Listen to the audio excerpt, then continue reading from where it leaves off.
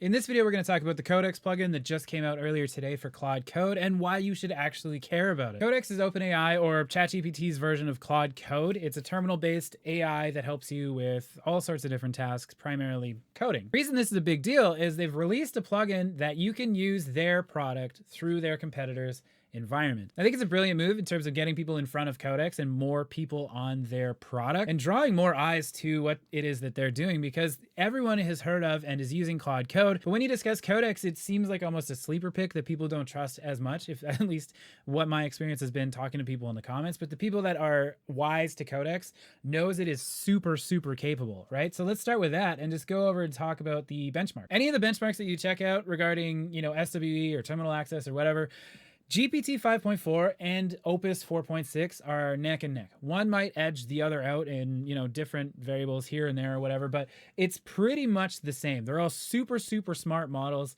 They're pretty slow and they're relatively expensive, even though Opus is the more expensive of the two. Both extremely capable, just two completely different philosophy. Anthropic has produced models that really like to think about things and review their own outputs, which means they're a little bit more token heavy. Whereas Codex, what it does is it's very much designed to just go and cross stuff off the to-do list. So with that, they tend to complement each other very, very well. In that historically, GPT is coming out on top on terminal heavy workflows and code review, whereas Opus comes out on top when it comes to greenfield projects like planning, architecture, that sort of thing, and larger code bases. So how I've been using these is together as a team, where I have Claude come up with the plan and Codex can just knock that to-do list down, right? Codex also offers way more usage than Anthropic, so it really works out great, where you can have Claude do a lot of the thinking, and then for the token heavy actual boots on the ground work sort of stuff, you can have Codex get in there and just get the job done.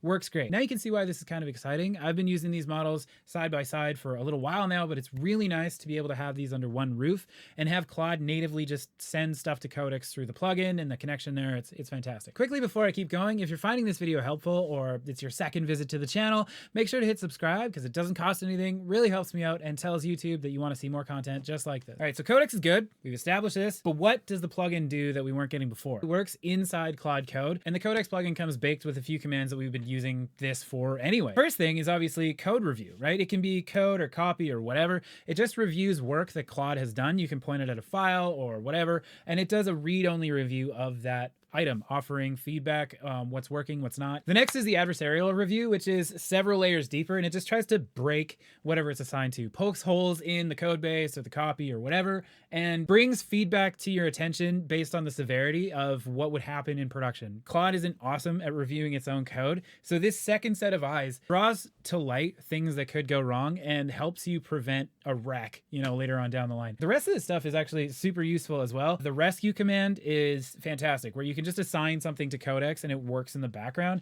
You can ask the status of a background task, you can pull up results, or you can just cancel that. I think the most viable use case for this is when you hit your rate limits on Claude, it just kind of stops.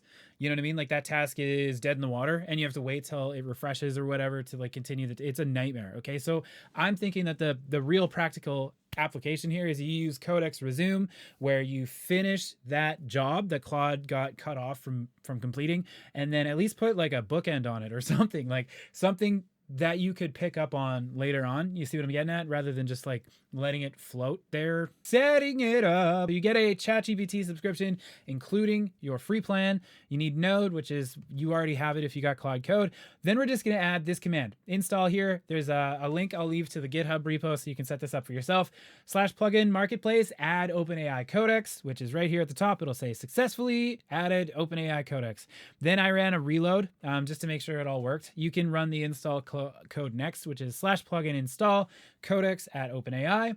And then you reload your plugins so that your marketplace is there. Then you log in with Codex setup, which I did here.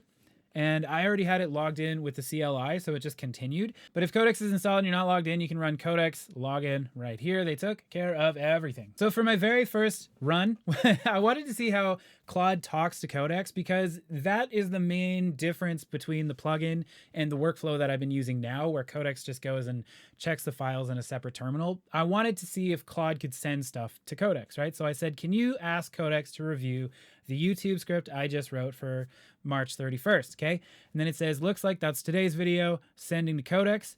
And then when it was done, Codex offered the review. Here's Codex review. I'm not a huge fan of AI copy or anything like that, but like it did the job, okay? It went and reviewed the YouTube script, it passed off to Codex properly, and I got the response back when it was ready. So the review skill and the agent handoff works really well.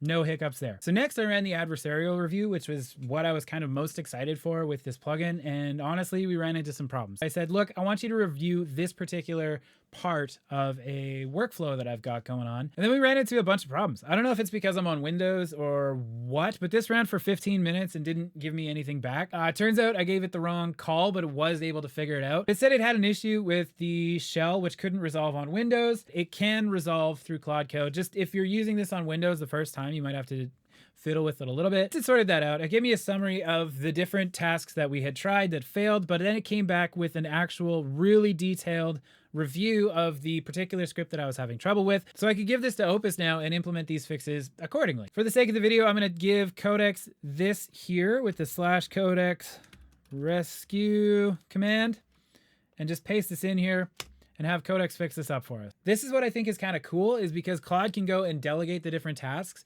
do the thinking, and you can be like, oh, hey, hand that off to Codex while you're still working on something else, because these are two separate agents. So my bigger takeaway here is this just validates everything we've been talking about on the channel for the last 2 weeks. Using these agents together makes the experience a lot more enjoyable, stretches usage, and they both tend to complement what the other is trying to do. I just did that video on the OpenRouter config. You can check it out here, where I think that using the same environment and then just bringing the AI to you is the way to go. And as you can see, I'm doing that with my Obsidian workspace here too. So it just like follows that same thread. Awesome. Okay, so it says it's implemented the fix. It's given us the status of all this stuff. And it says, if you want to continue, just click the Codex rescue on the rest of it.